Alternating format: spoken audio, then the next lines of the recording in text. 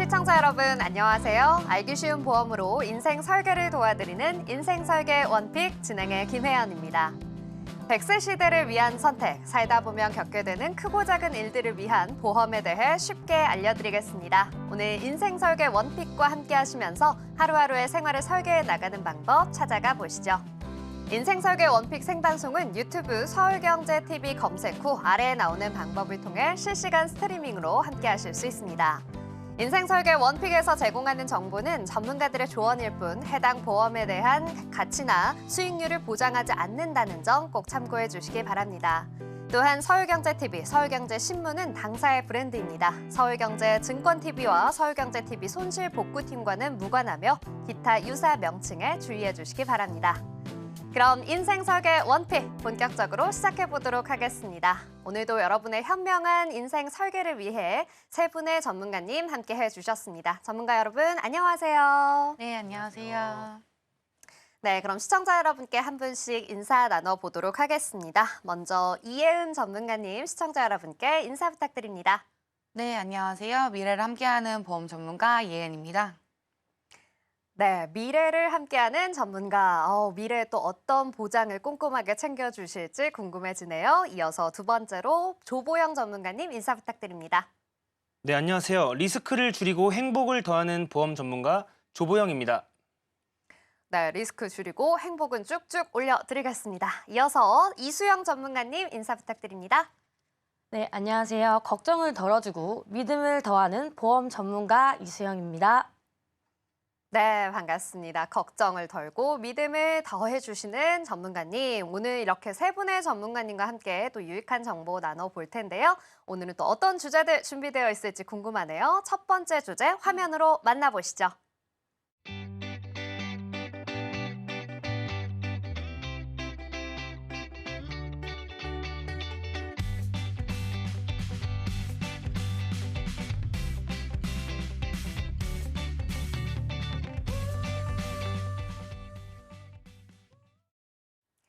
네, 오늘의 첫 번째 주제는 바로 CI 보험입니다. 자, 관련해서는 또 이혜은 전문가님이 함께 이야기해 주신다고 하는데요. 전문가님, 오늘 어떤 내용 준비해 주셨을까요? 네, 저는 오늘날 CI 보험 민원이 많이 발생하는 이유에 대해서 말씀드리려고 합니다. 구체적인 상품의 구조 그리고 보장 내용에 대해서 설명해드리면서 그 이유 밝혀드리도록 하겠습니다.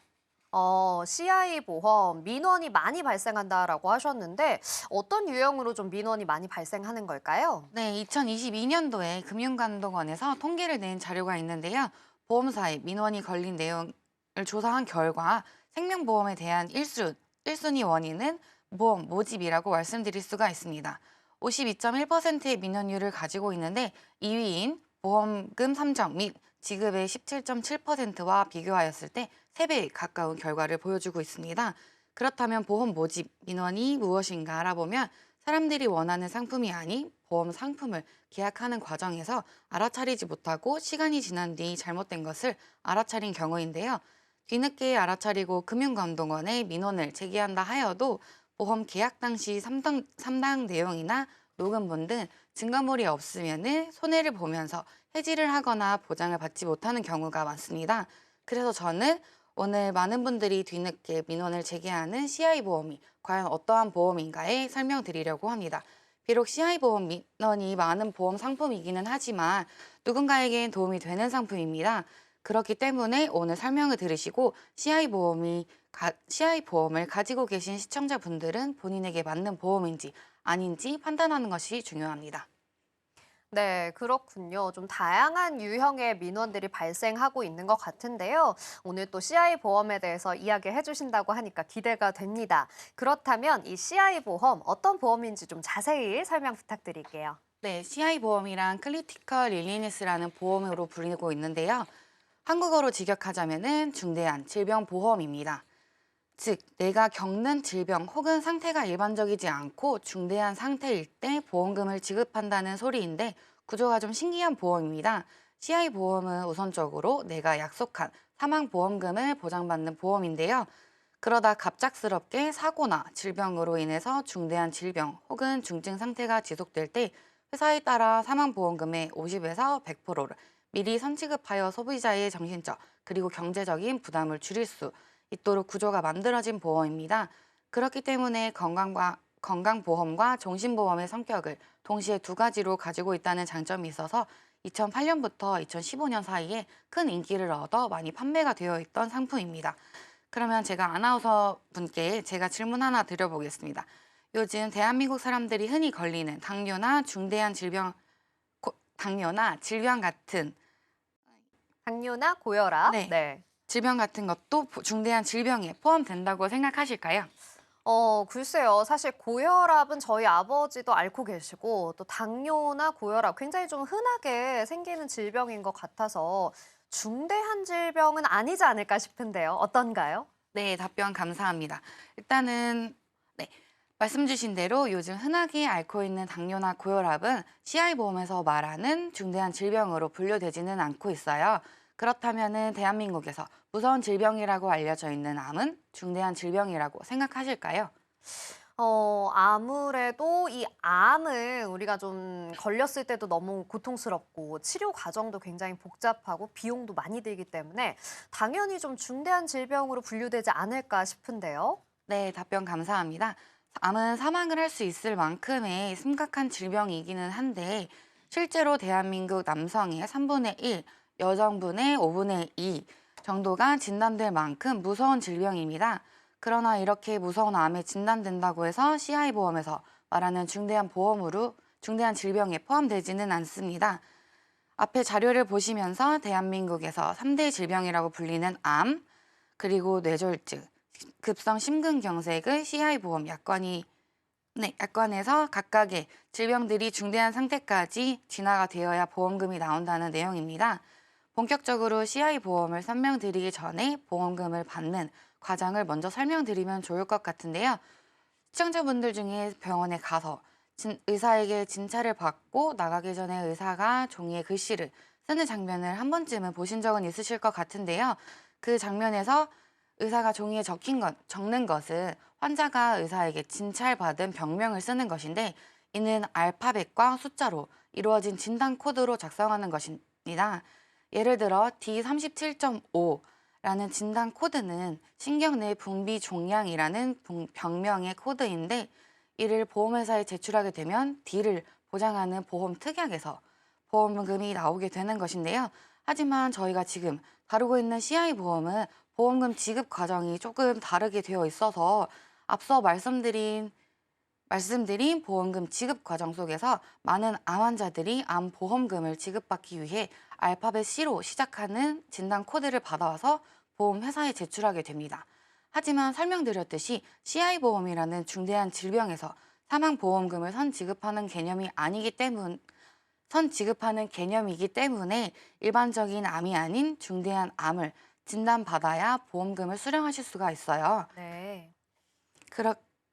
그렇다면 암 중에서 중대한 암이 무엇인가 약관을 살펴보면 침윤 파괴적인 증식된 암이라고 해석하시면 되는데요. 약관을 살펴보면 즉 수많은 암 종류 중에서 경계성 종양 그리고 기타 피부암 등 주위 세포에 침투하지 않은 암 진단의 경우에는 보험금이 나오지 않는다는 개념입니다. 네, 그렇군요. 저는 사실 암이라고 하면 전부 다 굉장히 중대한 질병이 아닐까라고 생각을 했었는데 이 CI 보험 안에서는 암의 종류에 따라서도 좀 제약을 두고 있다라는 것을 알 수 있었습니다. 그렇다면 중대한 뇌졸중은 어떨 때를 말하는 걸까요? 네, 중대한 뇌졸중에 대해서도 해석해 보겠습니다. 우선 뇌졸중은 뇌출혈과 뇌경색을 합쳐서 부르는 단어인데요. 저희가 생각했을 때 뇌혈관이 터지는 뇌출혈 그리고 뇌혈관이 막히는 뇌경색 자체도 중대한 질병입니다. 하지만 이마저도 진단 코드를 제출했을 때 보험금이 지급되지 않고 뇌졸중도 중대한 상태일 때만 보험금을 지급하겠다는 소리입니다. 많은 사람들이 뇌졸중 진단을 받게 된다면 치료 또는 수술을 진행하게 될 것인데요. 이러한 치료 과정을 마치고도 보험회사가 지켜봤을 때 뇌혈관의 영구적인 신경학적 결손이 남았을 때 보험금을 지급하는 것이 중대한 뇌졸중입니다. 그렇다면 CI보험의 민원 중에서 특히나 뇌졸중에 중대한 뇌졸중에 대한 민원이 많은데 그 이유가 뭐냐?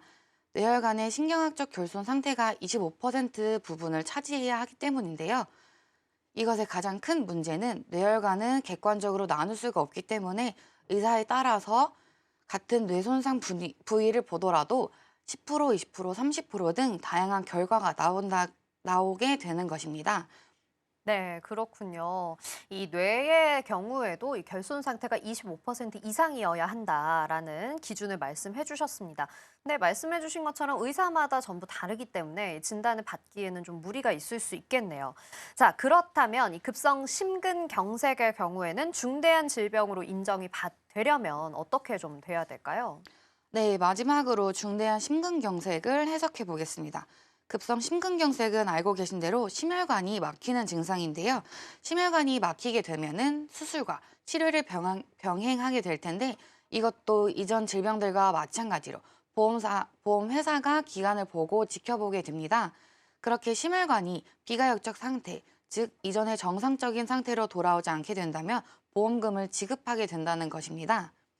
네, 그렇군요. 이 3대 질병이라고 불리는 암, 뇌, 심장 질환에 대해서 우리 CI 보험 지급 조건을 아주 꼼꼼하게 설명해 주셨습니다. 그렇다면 앞선 세 가지 질병에 대해서 좀 보장을 받는 게 힘들어 보이는데요. 보장을 받을 수 있는 다른 방법은 없을까요?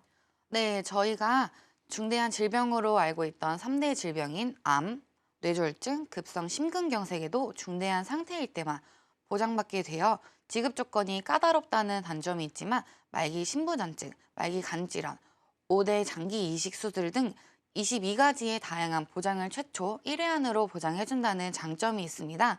하지만 현실적으로 보험금 지급받기에는 조금 어렵습니다. 이러한 내용을 실제로 예전에 많은 설계사분들이 알리지 않고 세일즈 과정이 이루어졌었고 다큐멘터리 프로그램에서도 오늘날까지 다큐멘터리 프로그램에서도 다를 만큼 오늘날 많은 민원이 이루어지고 있습니다.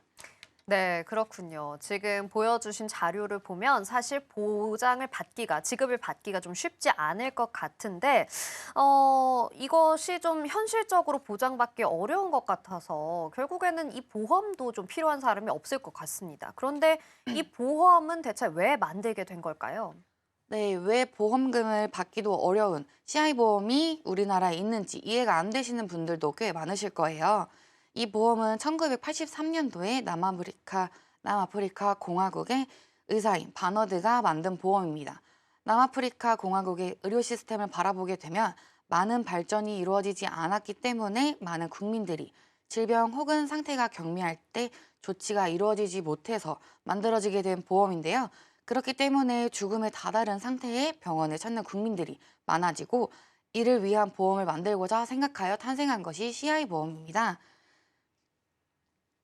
남아프리카 공화국의 사회적 배경을 바라보았을 때 CI보험의 보험금 지급률이 매우 높게 통계가 되어 있었고 보험금 지급이 되지 않아도 사망보험금으로 지급받는 국민들이 많았기에 인기가 많았습니다.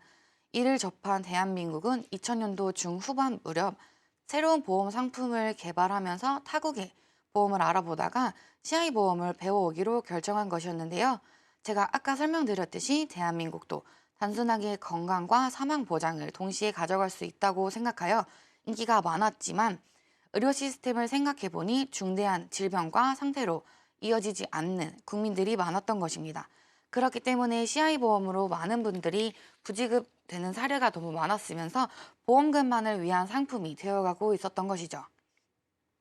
사망보험금을 가져가기 위해 일반적인 종신보험만을 준비한 사람과 비교하였을 때 CI보험을 준비한 사람은 더 많은 돈을 내고도 동일한 보장만을 가져가기 때문에 손해를 보고 있는 상황입니다.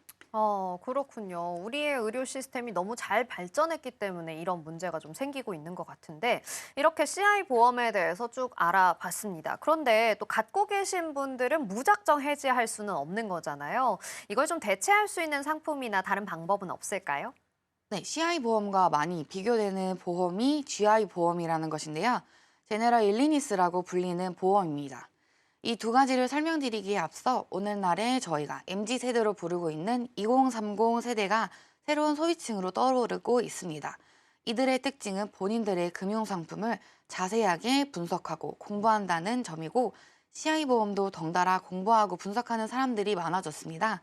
이에 따라 CI보험이 본인에게 맞지 않아서 무작정 해지를 하여 손해를 보는 경우도 더 많아졌는데요. 어떠한 금융상품도 단점만 존재하지는 않습니다. CI보험이 숨겨져 있던 단점이 보이며 민원이 많이 걸리고 있지만 장점도 존재하기 때문에 본인에게 적합한지를 판단해야 하는데요. 그래서 CI보험과 반대되는 GI보험을 비교하여 본인에게 맞는지 확인이 필요합니다. GI보험은 제너럴 일린스라고 불리는 보험으로 일반적으로 진단 코드를 제출하면 해당 코드에 해당하는 보험금을 지급하는 보험입니다. 각각의 장단점이 서로 반대되기 때문에 설명해드리도록 하겠습니다. CI보험은 선 지급되는 보험금이 높고 이후 자녀 사망 보험금이 존재하기 때문에 경제적인 부담을 줄일 수 있습니다. 하지만 단점으로는 건강 보장과 사망 보장의 성격을 동시에 가지고 있기 때문에 월 보험료가 비싸며 건강 보장에 대한 선 지급을 받기는 어려운데요. GI보험은 내가 질병 혹은 수술 등을 하게 되었을 때 해당되는 보험을 가지고 있으면 쉽게 보험금을 지급받을 수 있습니다. 하지만 CI보험은 많은 중대한 질병과 수술을 보장해주는 것과 반대로 본인이 선택한 보험만 보장받을 수 있기에 보장 범위가 작다는 단점이 있습니다. 앞에 표를 보시고 본인에게 CI보험이 적합한지 부적합한지 판단을 해주시면 좋겠고요. 스스로 판단하기 어려워 무작정 해지하기보다는 주변에 있는 전문가들에게 도움을 청해서 듣고 결정하시는 것이 무척 중요합니다. 네, 그렇군요. 이 GI보험과 CI보험 이 차이점과 여러 가지 비교까지 해주셔서 감사합니다. 이걸 보니까요. 어떤 게 본인에게 적합한지 쉽게 좀 판단해 나가야 하겠다라는 생각이 드네요. 그럼 마지막으로 정리 한번 부탁드릴게요. 네, 맞습니다. CI보험이 본인에게 맞는지 안 맞는지 확인하는 것이 가장 중요하고 마지막으로 정리하고 맞춰드리도록 하겠습니다. 첫 번째, CI보험은 사망보험금을 보장해주는 보험으로 갑작스러운 중대한 질병 혹은 상태에 대한 보장을 지급해주는 보험이고요. 두 번째로는 CI보험에서 보장해주는 중대한이라는 지급 조건은 약관에 나와 있으니 미리미리 확인하시는 것이 가장 중요합니다. 네, 오늘 소개해드린 정보는 시청자 여러분의 판단을 위한 조언일 뿐이라는 점 기억해 주시고요. 지혜롭게 잘 활용해 보시기 바랍니다. 오늘 함께 나눠본 내용 화면으로 정리해 보겠습니다.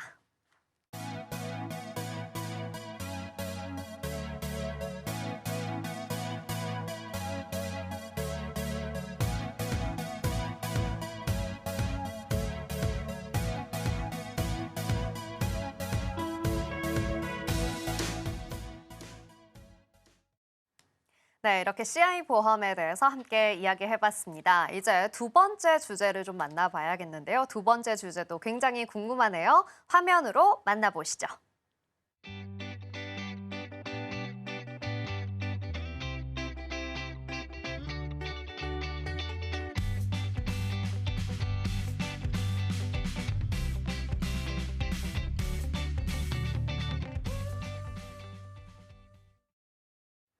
네, 오늘의 두 번째 주제는 보장 분석의 필요성입니다. 관련해서는 조보형 전문가님과 함께 이야기해보려고 하는데요. 전문가님, 또 어떤 내용 준비해 주셨을까요? 네, 이 방송을 시청하시는 시청자분들께서는 보장 분석이라는 주제가 방송에 출연했던 여러 전문가분들이 정말 많이 다루었던 주제이고 또한 담당 설계사라든지 주변 보험 전문가분들께서 정말 많이 언급했던 사항이라 어느 정도 보장 분석이 중요하다는 것은 익히 아실 거라고 생각이 듭니다. 그래서 저는 이번 시간에 도대체 무엇 때문에 그리 강조하는가, 이유가 도대체 무엇인가 라는 보장 분석의 목적성과 필요성을 우리 시청자분들의 입장에 서서 정말 쉽게 설명드려 볼까 합니다. 네, 그렇군요. 이 보장 분석이라는 걸 알고 계시는 분들 중에서 알고는 있지만 이게 왜 필요한가를 잘 몰라서 안 하고 계신 분들 또는 고민하고 계신 분들이 많을 거예요. 자, 그렇다면 전문가님, 이 보장 분석을 꼭 해야 하는 이유를 좀 설명해 주세요. 네, 보장 분석, 즉 내가 가지고 있는 보험의 보장을 분석해 본다는 의미죠. 자, 왜 내 보험을 보장 분석을 해 보아야 하는가? 자, 첫 번째 이유는 내 보험에 대해서 잘 모른다는 것입니다.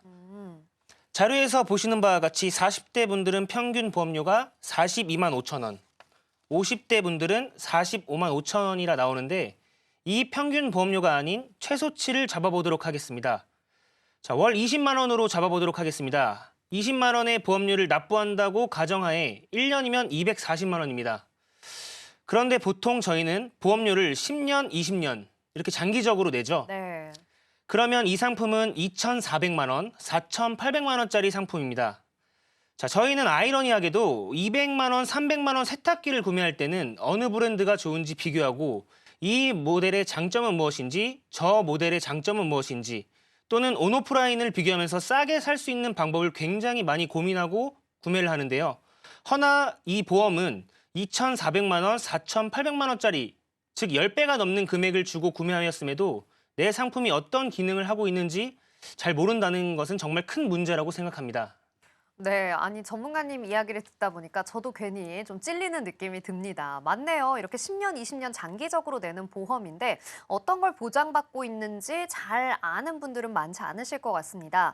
자, 이렇게 보장의 내용을 꼼꼼하게 챙기지 못했을 때 생길 수 있는 문제점은 또 어떤 게 있을까요? 네, 그렇다면 내 보험 상품에 대해 모른다. 여기에서 오는 가장 큰 문제점은 무엇이냐면 오늘의 주제 보장 분석의 필요성 중 두 번째 이유입니다. 바로 내가 보험을 넣는 목적성입니다.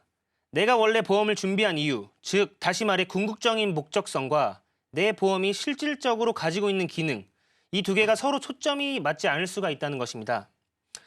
자, 즉 저의 견해는 대한민국에 출시된 보험 상품 중 나쁜 보험 상품은 없습니다. 암, 뇌심, 3대 질환 진단금, 후유장애, 수술비, 입원비, 간병치매, 운전자, 상해 등 많은 상품이 있는데요. 다 필요한 보험이죠. 허나 시청자분들 개개인의 보험을 준비하는 이유와 목적성은 다 다르다는 것입니다. 제가 현장에서 활동하면서 어떤 보험을 가장 중요하다고 생각하시나요? 라고 여쭈었을 때 어떤 분은 나는 다 필요 없어. 3대 질환 진단이 제일 중요해. 나는 수술비가 가장 중요해. 누구는 간병이 중요해. 누구는 치매가 중요해. 누구는 나는 상해가 가장 중요해. 다 각자 견해가 다릅니다. 여기서 단적인 예를 한번 들어보도록 하겠습니다. 한 분께서 암이 가장 걱정되셨고 그래서 암보험을 준비했습니다. 이분의 목적성은 암 진단을 받았을 때 나오는 보험금, 즉 암 진단금을 목적성으로 준비하셨던 거죠. 건강검진을 받았는데 조직검사를 해보았더니 암 진단을 받았습니다. 그래서 내가 가진 보험을 그때 돼서 알아보니 진단금은 미미하거나 혹은 특정한 보장만 들어가 있었던 경우 혹은 병원에서 수술을 할 필요 없이 비수술 치료를 진행하자고 하는데 전부 표적 항암 방사성 치료만 들어가 있는 경우 이런 사례가 나타날 수 있다는 것이죠. 또 다른 사례를 예를 들어보자면 내가 이번에 운전을 시작하면서 운전자 보험을 준비해야 해. 혹은 나는 운전자 보험이 가입이 되어 있는 줄 알고 그런데 알고 보니 안에 보장이 교통사고 처리 지원금, 변호사 선임 비용 이런 운전자 보험의 기능을 담당하는 보장 담보가 아니라 상해밖에 없었다라는 것입니다. 알고 보니 이건 이름만 운전자 보험이고 보장은 상해를 위주로 하고 있던 보험이었던 거죠. 이런 사례가 무수히 많다는 겁니다. 그러면 질병에 걸려서 혹은 사고가 난 뒤 부랴부랴 보험을 살펴보면 그때는 이미 늦은 거죠. 소잃고 외양간 교치는 격이 돼버리고 마는 것입니다. 네, 그렇습니다. 이 말씀해 주신 것처럼 내가 가진 보험의 보장을 잘 모르기 때문에 내가 보험을 들려고 했던 이 목적성과는 다른 보장을 또 가지고 있을 수 있다라는 점 지적해 주셨습니다. 자, 그렇다면 이 보장 분석을 해야 하는 또 다른 이유는 어떤 게 있을까요? 네, 이어서 보장 분석이 필요하다의 주제 세 번째 이유인데요. 시청자분들께서는 가장 민감해할 수 있는 부분이죠. 내가 가진 보험에 대해서 잘 몰라서 청구를 못했던 보험금, 즉 요즘은 숨은 보험금이란 단어를 사용합니다. 이 숨은 보험금이란 단어를 인용해서 뉴스라든지 신문 등 많은 매개체에서 수없이 많이 다루었었는데요. 자료에 보시는 바와 같이 21년 8월 기준 금융위원회에서 발표한 바에 따르면 이 수문보험금이 12조가 넘어갑니다. 누구나 보험을 넣는 이유는 당연히 내가 건강상의 이유로 병원을 갔을 때 진료를 보거나 치료를 받고 금전적인 비용을 덜기 위해서 넣는 것일 텐데요. 보험회사들은 어쩔 수 없는 영리 목적의 회사입니다. 알아서 챙겨서 보험금을 지급해주지 않는다는 것입니다. 그렇다면 내가 구매한 상품을 활용해야 하는 것, 즉 보험금 청구는 우리 시청자분들의 몫인데요. 이 부분에서 다시 저희 시청자분들의 입장을 대입해서 생각해 보겠습니다. 보험금을 청구할 때 내가 알고 있지만 청구하지 않은 보험금과 내가 몰라서 청구하지 않은 보험금은 엄청난 차이죠. 나의 판단이 들어가 있기 때문입니다. 판단의 근거는 예를 들면 시간이나 노동력 대비 미미한 보험금이 될 수도 있고 혹은 한 번에 청구해야지 하고 잊어먹었던 부분. 그치만 몰라서 청구하지 못했다. 그마저도 미리 보험금을 내가 챙기지 못해 3년이라는 기간이 지나버리면 소멸됩니다. 이런 부분은 정말 아까워하셔야 된다고 생각합니다. 지금 보시는 문진표는 저도 현장에서 보장 분석을 진행할 때 작성을 부탁드린 표인데요. 보장 분석 전문가가 보장 분석을 진행할 당시에 현재 가지고 계신 보험 보장에 대해서 자세하게 보게 되죠. 이때 문진표에 해당이 되었고 보장을 가지고 계시지만 청구를 하지 않았던 보험금을 전문가의 시선에서 보게 될 수 있었기 때문에 여기서 찾아드리는 사례가 많습니다. 단적인 예를 들어보자면 이 문진표를 훑어보면 저기 치아가 깨져서 임플란트를 하신 적이 있나요? 라는 문항이 되어 있는데 대부분 가지고 계신 치아보험만 청구를 하고 마시는 경우가 많습니다. 허나 보장 분석 전문가의 입장에서 봤을 때는 일단 치아가 깨졌다? 이 치아 파절은 저희가 골전 질환금을 받을 수 있다든지 혹은 임플란트 시술을 할 당시 치조골 이식 수술을 하게 된다면 이 역시 수술비를 청구할 수 있다라는 부분을 알죠. 하지만 이런 부분들을 모든 사람들이 알기가 힘듭니다. 제가 아주 일부의 예를 들어드린 건데요. 저 역시도 현장에서 이렇게 몰라서 청구하지 못했던 부분을 전문가의 입장에서 보장 분석을 하게 되면서 여기서 숨은 보험금은 굉장히 많이 나옵니다. 다시 한번 말씀드리지만 몰라서 청구 못한 보험금 정말 아까워하셔야 합니다. 네, 그렇습니다. 사실 말씀해 주신 것처럼 이 보험의 궁극적인 목적은 사실 이 보험금을 지급받아서 내가 어느 정도 부담을 좀 줄이는 것이잖아요. 그런데 청구하는 방법을 모른다거나 청구를 제때 하지 못해서 이렇게 보장을 받지 못한다고 하면 정말 안타까운 일인 것 같습니다. 그래서 보장 분석을 하면서 이 부분들을 꼭 확인해 봐야 한다라는 이야기 해 주신 건데요. 그렇다면 전문가님, 이 보장 분석에 필요한 또 다른 이유는 어떤 게 있을까요? 네, 이어서 보장 분석의 필요성의 네 번째 이유는 바로 합리적인 보험료입니다. 앞선 주제인 보험을 넣는 목적과 일맥상통하는 부분인데요. 나에게 맞는 합리적인 보험료입니다. 어찌 보면 시청자분들께서 가장 민감해하는 부분일 수도 있겠죠. 서두에 제가 말씀드린 것처럼 나쁜 보험 상품은 없습니다. 그렇다고 해서 대부분의 선생님들이 모든 보험들을 내가 다 준비하기는 힘들죠. 암 진단금도 수술비도 입원비도 간병치매도 상해도 종신보험도 보장 범위도 넓게 보험금도 많이 받고 싶어 하시는데요. 하지만 대부분의 고객님들이 이 보험료를 100만 원, 200만 원 이렇게 낼 수는 없는 실정이지 않습니까? 물, 전기, 가스비, 통신비 등 포함해서 보험료도 월 가계비의 큰 부분을 차지하고 있는데 내가 달달이 나가는 보험료는 한정적이기 때문에 내 경제적인 상황이랑 타협을 보아야겠죠. 자, 예를 들어보도록 하겠습니다. 보험료 지출이 나는 30만 원 이상 넘어가면 안 된다는 가정하에 해볼게요. 그러면 이 30만 원 안에서 무엇보다 우선적으로 잡아야 할 것인지 판단을 할 수 있습니다. 즉, 앞선 내용처럼 내가 보험을 넣는 목적성에 부합하게 내가 중요하다고 생각하는 보험을 우선적으로 준비를 해서 내가 지출 가능한 보험료에 내가 생각하는 알맞은 보장을 받게 내 보험료가 아깝지 않게 할 수 있겠죠. 또한 그 후에 경제적 상황에 따라 추가하고 싶은 보험을 추가해야 할지 말아야 할지 혹은 어떤 보험을 차선적으로 준비해야 할지 판단할 수 있겠죠. 나는 실손과 암, 뇌심 진단비, 수술비를 가장 중요하게 생각하는데 이 30만 원 안에 내가 원하는 보험, 즉 암 진단금은 1억 정도면 내 기준엔 충분한 것 같다. 그 후에 암 진단금은 충분히 잡아놨으니 치매도 조금 걱정되는데 한 5만 원 정도 더 납부할 여력이 되니 간병, 치매 보험을 준비해 볼까라는 판단의 근거가 될 수 있다는 것입니다. 혹은 반대로 경제적인 상황이 급격하게 어려워져서 원래 40만 원 내고 있던 보험료를 20만 원 안으로 줄여야 하는 상황이 왔다고 가정을 해보면은 그때 내가 무엇을 줄여야 하는지 엄두가 나질 않는데요.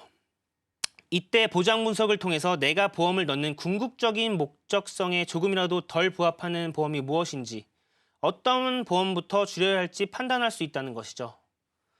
정리를 해보자면 보장 분석을 꼭 해봐야 하는 이유는 첫 번째, 내가 보험에 대해서 잘 모르기 때문에 정확히 파악을 해본다. 두 번째, 그 보장 안에 내가 미처 몰라서 청구하지 못한 보험금을 청구해 볼 수 있는 좋은 기회가 될 수 있다. 그리고 세 번째, 내가 보험을 넣는 목적성과 가지고 있는 보험 보장이 그에 부합하고 있는지를 확인한다. 자, 마지막으로 네 번째, 내 경제 상황에 맞는 합리적인 보험료를 납부를 하시길 권고드리고 싶습니다. 네, 그렇군요. 우리 전문가님께서 보장보험 분석을 하는 것의 필요성, 그리고 목적성, 중요성 굉장히 꼼꼼하게 이야기해 주셨습니다. 자, 우리 방송을 시청하고 계시는 시청자분들께 나의 보험의 보장 분석을 할 때 이것만은 정말 꼭 여러분이 다시 한번 생각해 보셔야 한다 하고 강조해 주실 만한 점이 있을까요? 네, 앞에서도 말씀드린 것처럼 내가 가진 보험이 어떤 역할을 할 수 있는지 정확하게 파악하는 것이 가장 중요하다고 생각합니다. 자, 이 부분만 파악되면은 나머지 밑에 말씀드린 부분은 자동적으로 이제 궁금해서 더 이제 뭐 알아보실 그런 여유가 생길 거니까 내가 가진 보험이 어떤 역할을 할 수 있는지 이게 가장 중요하다고 생각합니다. 네, 그렇군요. 내가 가진 보험이 어떤 역할을 하고 있는지를 꼭 체크해보자라고 이야기해 주셨습니다. 자, 오늘 이야기 드린 정보는 여러분의 판단을 위한 조언일 뿐이라는 점 꼭 기억해 주시고요. 여러분 현명하게 활용해 보셨으면 좋겠습니다. 함께 이야기해 본 내용 화면으로 정리해 보시죠.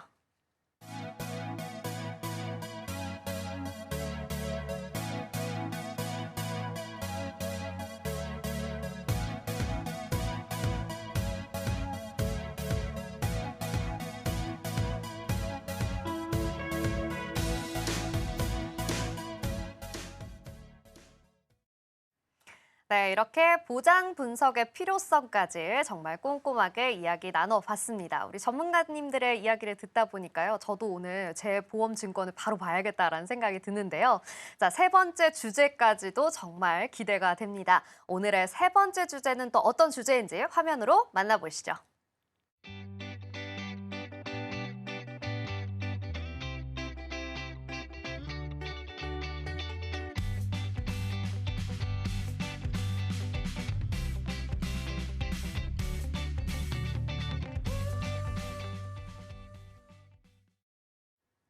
네, 세 번째 주제는 일상생활 배상책임 보험입니다. 과연 어떤 내용인지 정말 기대가 되는데요.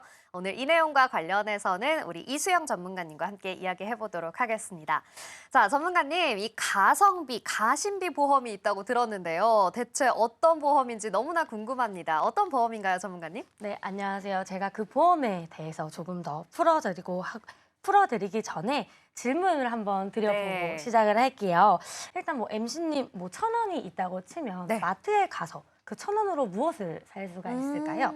1,000원이요? 아, 사실 요즘에 물가가 너무 많이 높아져서 이 1,000원 한 장으로 살 수 있는 게 많지 않은 것 같습니다. 뭘 살 수 있을까요? 껌을 하나 살 수 있을까요? 그렇죠. 요즘 물가가 올라도 너무 오르다 보니 저 또한 이 1,000원을 가지고 아이들이 좋아하는 과자나 뭐 반찬 같은 거를 살 수가 없습니다. 하지만 이 1,000원으로 보상을 받을 수 있는 보험이 있어서 저는 오늘 그 일상생활 배상 책임 보험에 대해서 한번 설명해드리고 말씀을 해드리려고 합니다. 네. 일단은 일상 배상 책임이란 말 그대로 일상생활을 하던 중에 어떤 상황에 타인에게 인적 또는 물적 피해 발생 시에 보험회사가 대신해서 보상을 해준 보험입니다. 최대 1억 원까지 보상을 받을 수가 있고요. 일상생활배상 책임은 누구나 하나씩은 가입이 되어 있는데 통상적으로 주택화재보험, 운전자보험, 종합보험을 가입할 때 준비를 하는 특약입니다. 최근에는 과거보다 많이 대중화가 되어 있기 때문에 우리 소비자분들도 여러 사건, 사고에 활용을 하고 있습니다. 이야기해주신 보험 들어보니까요. 아마 대부분의 소비자분들, 우리 시청자분들이 갖고 계신 보험일 것 같아요. 그러면 결국 통상적으로는 이 일상생활 배상 책임 보험의 준비가 되어 있다 이렇게 볼 수 있겠네요. 네, 맞습니다. 실손 의료비 누적 가입자 수는 현재 약 4천만 명으로 전 국민의 80% 이상이 가입이 되어 있습니다. 정말 엄청난 네. 숫자죠. 네, 따라서 일상 배상 책임은 대부분 특약으로 준비를 하셨기 때문에 많은 소비자분들께서 준비가 되어 있습니다. 하지만 준비가 되어 있음에도 불구하고 이러한 보험이 있는지 잘 모르시는 경우가 많습니다. 잘 살펴보셔야 보상을 잘 받으실 수 있기 때문에 제가 3가지 정도 말씀을 드릴 건데요. 일단 첫 번째는 일상생활 배상 책임 보험입니다. 보상 범위는 피보험자 그리고 배우자입니다. 두 번째는 가족 일상생활 배상 책임 보험입니다. 보상 범위는 피보험자 그리고 보험 가입자의 배우자, 보험 가입자의 자녀, 보험 가입자의 친척입니다. 자, 마지막으로는 자녀 일상생활 책임 보험입니다. 보상 범위는 보험 자녀인 자녀와 피보험자, 자녀의 법정 감독 의무자입니다. 법정 감독 의무자는 친권자 및 후견인을 포함을 하고 있습니다. 민법 제777조 상의 친권자에 해당이 된다면 가족 일상생활 배상 책임이 유리하고 만약 법정 감독 의무자가 민법상의 친권자에 해당이 되지 않는다면 자녀 일상 배상 책임을 추천을 드리고 있습니다. 저희 MC님 그럼 어떤 책임 준비를 하고 있으실까요? 네, 저는 뭐 말씀해주신 것들 중에서 이 가족 그리고 뭐 저의 친척들까지 보장이 되는 가족 일상 배상 책임 준비를 좀 하고 있는 것 같습니다. 그렇죠. 보통은 가족 일상 배상 책임을 가장 많이 준비를 하세요. 네. 상황에 따라 보상 여부가 달라지니 꼼꼼하게 따져서 준비를 하셔야 합니다. 일상 배상 책임은 자기 부담금이 발생을 하는데요. 준비 시기에 따라서 부담금이 조금씩 달라집니다. 2009년 8월 이전 가입자는 부담금이 2만 원, 그리고 2009년 8월 이후 가입자는 자기 부담금 20만 원, 2020년 4월 이후 가입자는 자기 부담금 20만 원, 또한 누수 50만 원의 부담금이 공제 후에 보상이 되고 있습니다. 그 배상 책임보험 계산법은 이렇습니다. 조금 어렵기는 한데요. 제가 한번 설명을 드려보도록 할게요. 좋습니다. 네, 배상 책임 하나를 준비하셨다면 손해 발생 금액 빼기 자기 부담금 하시면 보상금 산출이 되고 배상 책임 2개 이상을 준비를 하셨다면 하나 준비 시 보상금 삼축 반복을 하신 후 각각 더해주시면 됩니다. MC님 제가 네. 자기 부담금과 계산법을 말씀드렸는데 네네. 혹시 자기 부담금을 알고 계시지만 공제를 하려니 조금 아깝지 않으신가요? 네, 그러니까요. 이게 공제가 된다는 걸 알고는 있거든요. 그런데 보험을 들었는데도 내가 자기 부담금을 내야 한다라는 생각을 하니까 사실 조금 아깝다라는 생각도 들기는 합니다. 이거 어떻게 방법이 없을까요, 전문가님? 방법은 제가 알려드리겠습니다. 일단 보험 꿀팁이자면 가족 전체가 가족 일상 배상 책임을 준비하는 방법입니다. 네. 네, 예를 들면 3인 가족이 있다고 가정을 했을 때 아이가 친구 집에서 축구공을 가지고 놀다가 창문이 깨져서 수리 견적이 30만 원이 나왔다고 가정을 해보겠습니다. 네. 어머님만 준비를 했다면 자기 부담금 20만 원 공제 후에 10만 원이 지급이 되며 부모가 함께 준비를 했다면 자기 부담금 20만 원 각각 공제 후에 20만 원이 지급이 되고 있어요. 그렇죠. 가족 모두가 준비를 했을 때는 보험금 지급이 어느 정도 될까요? 뭐 엄마, 아빠 그리고 자녀까지 3명이 함께 가입을 했다면 30만 원이 되겠네요. 네, 맞습니다. 자기 부담금 공제 후에 30만 원 지급을 받아 부담금이 없어지는 결과를 볼 수가 있습니다. 네. 그렇군요.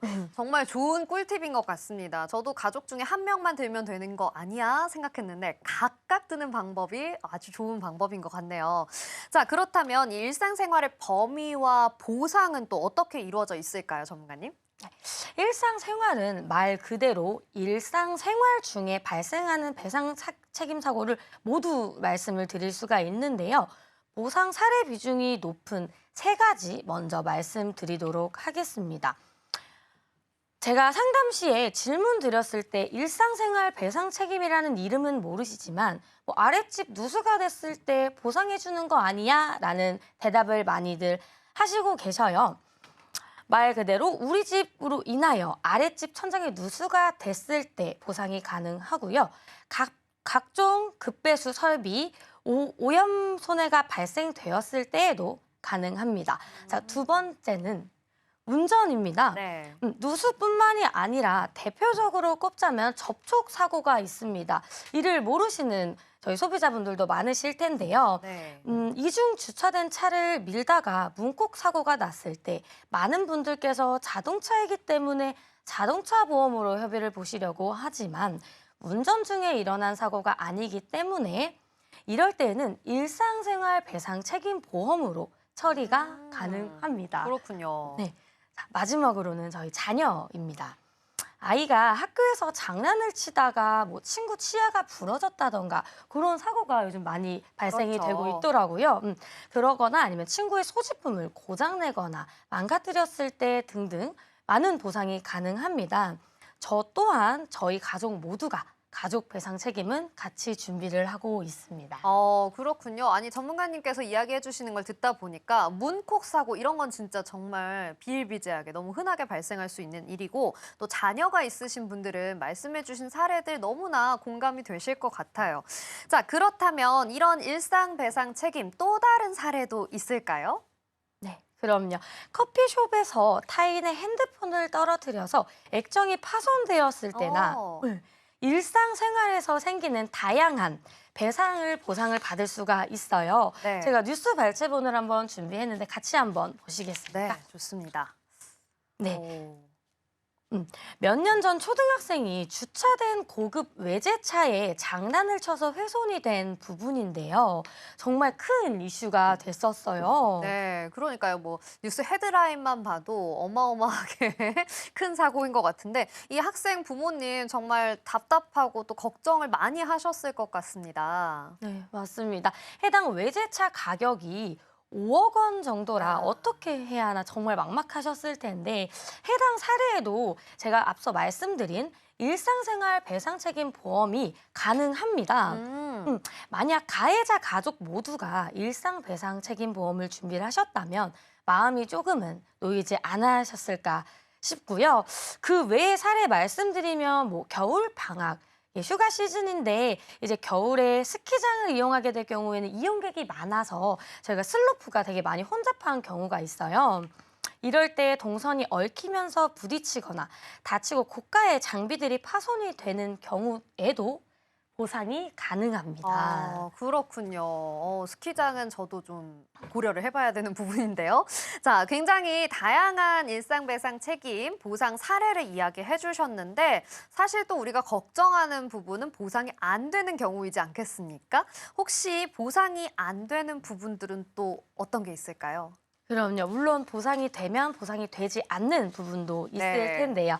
대부분의 사고는 보상을 하지만 고의적인 어떤 경우에는 보험사에서 절대 지급을 하지 않습니다. 예를 들면 아이들의 사고에 있어서 폭력 행위로 발생한 사고에 대해서는 보상하지 않고요. 약관을 살펴보면 폭력 행위로 인한 배상 책임에 대해서는 보상하지 않는다라는 규정도 기재가 되어 있으니 이 부분도 꼭 체크를 해보셔야 될 것 같고요. 네. 그리고 나에 대한 손해, 함께 살고 있는 가족들의 손해에 대해서도 보상이 되지는 않습니다. 함께 살고 있는 가족이라고 하면 가족관계 증명서에 같이 등재된 가족을 이야기를 하고 있고요. 같이 살고 있지 않는 친족의 사고는 보상이 가능합니다. 네. 그리고 이제 오토바이, 전동 킥보드나 전기 내연관의 동력에 활용되는 것들 또한 보상이 되지 않고요. 원동력이 인력, 즉 사람에 의한 것만 보상이 가능합니다. 뭐 천재지변 사고 등의 여러 면책 규정이 있어서 제가 앞서 말씀드린 것 이외의 모든 사고는 보상이 안 된다고 생각을 해주시면 됩니다. 그렇군요. 앞에서 우리 전문가님께서 이 가족 모두가 가족 일상 배상 특약을 준비하면 좋다라고 말씀을 해주셨잖아요. 이 자기부담금 공제금, 이 상계 처리가 되는 것 말고도 또 다른 장점이 있는지 굉장히 궁금합니다. 이게 한도가 1억이니까 사실 가족 중에 한 명만 준비해도 되지 않을까라는 생각이 저는 자꾸 들거든요. 아마 우리 시청자분들도 그렇게 생각하시는 분들이 많으실 텐데요. 좀 설명을 부탁드릴게요. 그래서 뭐 1억 한도를 보상을 받을 수 있다고 해도 그 1억을 보상을 할 수 있으니 가족 한 명만 준비해도 되는 게 아닌가라고 많이 생각을 하실 텐데 여기서 가족 전체 준비 시에는 장점이 한 가지가 더 있어서 그걸 한 번 더 말씀을 드릴게요. 바로 화재에 대한 보상 때문에 전체를 준비하는 걸 권장을 드리고 있거든요. 그래요? 화재는 사실 화재보험에서 적용이 가능한 거 아닌가요? 이 정도로 충분할 것 같은데요. 그렇죠. 화재보험은 우선 1만 원대 보험료가 산출이 되고 있고요. 일상배상 책임은 1,000원. 딱 1,000원으로 보상이 가능합니다. 네. 그리고 아파트에 살고 있는 우리 집에 화재가 났을 때 옆집, 윗집, 밑집 피해보는 집은 몇 군데가 될 것 같으실까요? 굉장히 많겠죠. 뭐 한두 집이 아닐 것 같아요. 그렇죠? 그렇죠. 최소 손해액이 2, 3천 정도라면 어떻게 보상을 해야 할지 그리고 연기나 그을음으로 인해서 사람이 다치거나 사망을 하게 될 경우가 또 있고 후유장애가 났을 때 피해 금액이 정말 만만치가 않거든요. 네. 그래서 가족 구성원 모두가 준비를 하셔야지만 이 어려움을 조금 더 배상을 받으실 수 있지 않을까 말씀을 드리고 싶습니다. 네, 그렇군요. 이 모두 다 같이 준비를 좀 해야만 피해를 좀 최소화할 수가 있을 것 같습니다. 자, 그렇다면 이 일상배상 책임의 유의사항은 또 어떤 것들이 있을까요? 네, 마지막으로 유의사항 한 번 더 말씀을 드릴게요. 중복 가입을 하더라도 실제 손해만큼 실손 비례 보상이 되고 있어요. 고의나 천재지변 발생은 보상에서 제외가 되기 때문에 이 부분을 꼭 인지해 주셨으면 좋겠고요. 그 보험 가입 후에 이사하는 경우에는 꼭 보험회사에 알려주셔야 합니다. 피보험자 주거용인 주택이나 아파트 사용에만 보상이 가능하고요. 얼마 전 한 소비자분께서 이사를 하신 후에 보험회사 주소 변경 요청하지 않으셨어요. 이후 새로운 집에 보일러 누수가 났던 사례가 있는데 누수로 인한 보상은 당연히 가능하지만 주소 변경을 보험회사에 알리지 않았기 때문에 이제 소재지 직접 거주가 아닌 걸로 측정이 돼서 보험사와 분쟁이 좀 크게 있었습니다. 그렇기 때문에 이사를 하시면 꼭 보험사에게 알려주셔야 피해가 없으니까 잊지 않고 꼭 보험사에 전달해 주시기 바라겠습니다. 네. 네, 일상 속에서 가장 필요한 보험을 꼽으라면 저는 일상생활 배상 책임보험이라고 말씀을 드리고 싶은데요. 특수한 경우가 아닌 우리 일상생활에서 발생할 수 있는 여러 가지 상황을 보상을 해주기 때문에 가입을 하지 않으셨다면 서둘러 준비하시기 바라고요. 뭐 보험료도 1,000원이라는 적은 돈으로 1억 원까지 보상을 받을 수 있는 일상생활 책임보험 꼭 활용하시길 바라겠습니다. 감사합니다. 네, 오늘 소개해드린 정보는 시청자 여러분들의 판단을 위한 조언일 뿐이라는 점 기억해 주시기 바랍니다. 자, 화면으로 내용 정리해 보겠습니다.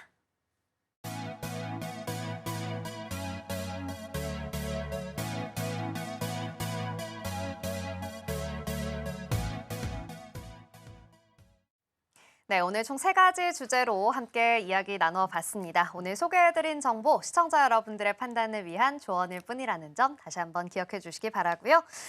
저희 인생설계 원픽에서 제공하는 정보는 전문가들의 조언일 뿐 보험의 가치와 수익률을 보장하지 않는다는 점 꼭 참고해 주시기 바랍니다. 또 저희 방송은 서울경제TV 홈페이지와 서울경제TV 유튜브를 통해 다시 보실 수 있습니다.